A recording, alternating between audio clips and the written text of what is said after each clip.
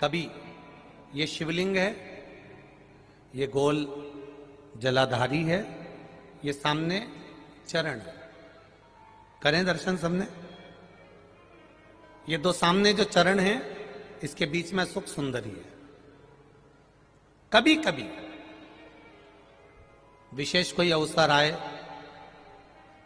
सोमवार की अष्टमी पड़ जाए या कोई विशेष प्रदोष का दिन पड़ जाए और आपको लग रहा हो कि मेरा महादेव को मैं जल चढ़ाते चढ़ाते इतना समय हो गया, मेरा महादेव नहीं सुन रहा, तब कभी कभी ऐसा मन में आए कि क्यों नहीं सुन रहा, तब लोटा भरकर जब जल लेकर जाओ, गणेश जी को चढ़ाया, अशोक सुंदरी को चढ़ाया, षडानंद कार्तिकेय को चढ़ाया, माँ जगत जननी जगदम्बा माँ पार्वती को चढ़ाया, वही जल ले जाकर बेलपत्री के वृक्ष पर चढ़ाया। शिव जी को अर्पण नहीं कर पाए। और सरल भाषा में समझ लो इसको, किसी किसी माता को आपने देखा होगा, किसी किसी व्यक्ति को आपने देखा होगा कि वो शिव मंदिर में जाता है, शिव जी को भले जल नहीं चढ़ाता, पर शंकर भगवान के मंदिर में जाकर इतनी सफाई कर देता है, जहां शंकर भगवान का कहीं बेलपत्र वगैरह पड़ा हुआ है उसको उठाएगा, बीनेगा, फिर यहां से धोएगा, श्रृंगार करेगा, यहां से साफ करेगा, साफ करके जो पानी जा रहा है वहां साफ करेगा, साफ करके एकदम क्लीन करके फिर शंकर भगवान को पोंछ कर स्नान कराकर जल चढ़ाकर फिर उनका श्रृंगार करता रहता है। कभी कभी आपके साथ में भी ऐसा हुआ होगा, आपने भी करा होगा, ऐसा नहीं कि नहीं करा। कभी कभी सब दूर सफाई के बाद शिवलिंग की सफाई करना भूल गया या शंकर जी के शिवलिंग पर जल चढ़ाना भूल गया, जल चढ़ाकर आ गया। अब आ तो गया, पर चिंता देवादिदेव महादेव को लग गई। मेरा था, भक्त था, उपास करता था, शिवरात्रि का व्रत करता था, पशुपति व्रत करता था, सोमवार सावन के करता था, 16 सोमवार करता था, पर आज इसको ना जाने क्या हो गया कि ये मेरे ऊपर जल ना चढ़ाकर सब दूर जल चढ़ाकर चले गया। देवादिदेव माता पार्वती जी से कह देते हैं, सुन पार्वती, अगर कोई भूलवश भी मुझ पर जल चढ़ाना भूल जाए और तेरे हस्त कमल पर जल चढ़ा कर जाए, तो पार्वती जितना फल मैं प्रदान करूं उससे दुगना फल तुझे प्रदान करना है। ये शिव कह रहा है। हम अगर बीमारी के लिए कोई उपाय करें तो कौन सी प्रदोष पर करें, और लक्ष्मी के लिए कोई उपाय करें तो कौन सी प्रदोष पर करें, तो अच्छे से सुन लेना भाइयों। शुक्ल पक्ष में जो प्रदोष पड़ती है वो लक्ष्मी की वृद्धि के लिए होती है, कृष्ण पक्ष में जो प्रदोष पड़ती है वो रोग और बीमारी को मिटाने की होती है। तो जितने उपाय आपको प्रदोष के बताए जाते हैं उस हिसाब से आप करो कि शुक्ल पक्ष की प्रदोष है तो लक्ष्मी का कोई उपाय करना है तो हमें शुक्ल पक्ष की प्रदोष पे करना है। अगर हमें बीमारी से निपटने का कोई इलाज करना है या कोई उपाय करना है तो उसको कृष्ण पक्ष की प्रदोष पर करना है। मान लो अगर कहीं आप कोई नौकरी के लिए अप्लाई कर रहे हो, तो जैसा माता उमा ने प्रदोष काल में, प्रदोष के समय पर, प्रदोष काल के अंतर्गत बेलपत्री का स्मरण किया है, वो बेलपत्र का स्मरण अगर संसार का मनुष्य कर लेता है तो महाराज ब्रह्मवृत्ता पुराण कहती है कि उस जीव का ऐसा कोई कार्य नहीं जो सफल नहीं होता। महाराज मेरा निवेदन रहेगा, किसी एग्जाम में आप बैठ रहे हो, इंटरव्यू के लिए जा रहे हो, किसी कार्य के लिए जा रहे हो, नौकरी नहीं लग रही, सर्विस नहीं लग रही, तो महाराज तांबे के कलश में 11 बेलपत्र को रखा जाए और तांबे के कलश में 11 बेलपत्र रखकर उसमें 11 सफेद पुष्प को डाला जाए।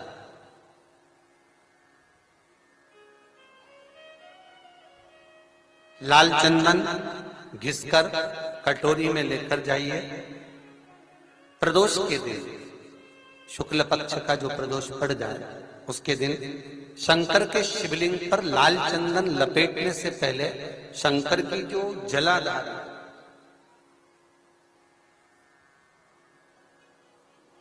महाराज ये शिवलिंग है,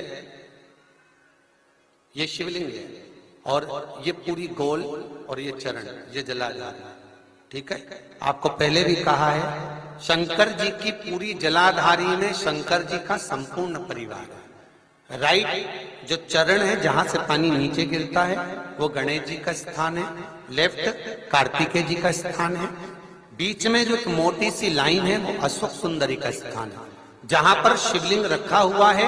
ये माता जगत जननी जगदम्बा का हस्त कमल है।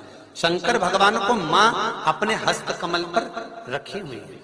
ऊपर से जो बूंद बूंद पानी जलाधारी से नीचे गिर रहा है, ये शंकर भगवान की 5 लड़कियां हैं, जया, विषहरा, सामरीबारी, दोतली और देव। ये ऊपर से बूंद बूंद जल क्रीड़ा शंकर जी के साथ में करती है। शंकर भगवान का संपूर्ण परिवार जलाधारी में विराजमान है। शिव महापुराण कहती है, माता उमा का चरित्र कहता है, कोई एग्जाम में बैठ रहे हो, कोई कंपटीशन एग्जाम में बैठ रहे हो और चाहते हो कि मेरी नौकरी इसमें लगना ही चाहिए, तो लाल चंदन का लेपन आपको इस पूरी जलाधारी पर करना है। लाल चंदन का लेपन पूरी जलाधारी पर करना। और महाराज जी, जिस कलश में आपने घर से 11 बेलपत्र और 11 सफेद पुष्प जल के अंदर डालकर लाए हो, उसको आप चढ़ाएंगे तो इस तरह से चढ़ाएंगे कि उसका भाग हमें दिखे चढ़ते समय। ऐसे नहीं चढ़ाएंगे, उसको चढ़ाते समय इस तरह से चढ़ाएं कि वो जल का भाग हमारी ओर गिरता हुआ। महाराज, जब आप वो समर्पित कर दें, बेलपत्र, पुष्प आदि सभी चीजें, उस चंदन का एक थोड़ा सा भाग पूरी जलाधारी पर हाथ फेर कर अपने दरवाजे पर आते आते उसका स्पर्श कर दें। जिस दरवाजे से आप एग्जाम देने के लिए जाओगे, जिस घर से आप जाओगे, अपने घर के किसी भी दरवाजे पर उसका हाथ लगा दें या कोई स्थान को छू लें। जिसको आप दरवाजे को खोलकर, दरवाजे को स्पर्श कर कर या दीवार को छूकर या अलमारी को छूकर, जिसको भी छूकर आप जाओगे, उसका स्पर्श कर लेना। फिर आपको कुछ नहीं करना है, उमा और महेश ही सब कुछ करेंगे जो उनको करना है, सब साथ में। कहा कि जब धन कम हो, संपदा कम हो, व्यापार नहीं चल रहा हो, बहुत कष्ट, बहुत तकलीफ की जिंदगी निकल रही है, 2 रुपए भी अगर खाने के लिए नहीं है, तो एक बार प्रयास करना, घर में ही प्रदोष के दिन घी का दिया लगाकर या मंदिर में शंकर के घी का दिया लगाकर उसमें 2 बाती, कितनी बाती? 2 बाती रखना। चाहे तुम लंबी रख लो, चाहे गोल रख लो, पर रखना 2 ही बाती। घी का दिया लगाकर दुख दहन स्तोत्र का पाठ करो। दारिद्र दुख दहन स्तोत्र का पाठ बाजार में किताब मिल जाएगी, नहीं मिले तो मोबाइल पर सर्च कर लेना, उसमें निकाल लेना। महापुराण पर अगर पहली प्रदोष पर ही आपने अगर घी का दिया लगाकर, आसन लगाकर शंकर के सम्मुख में प्रदोष के दिन, प्रदोष काल में शिव की पूजन कर कर दारिद्र दुख दहन स्तोत्र का पाठ चालू कर दिया, तो विश्वास रखना कि 5 प्रदोष तक तो बाबा खुद करुणा कर देगा। आपको मुड़कर नहीं देखना पड़ेगा। नौकरी नहीं लग रही, सर्विस नहीं लग रही, परास्त तो हो चुके हैं, फॉर्म भर भर कर, दुनिया के हाथ जोड़ जोड़ कर। एक बार महादेव के हाथ जोड़ लो, एक बार उससे कह लो,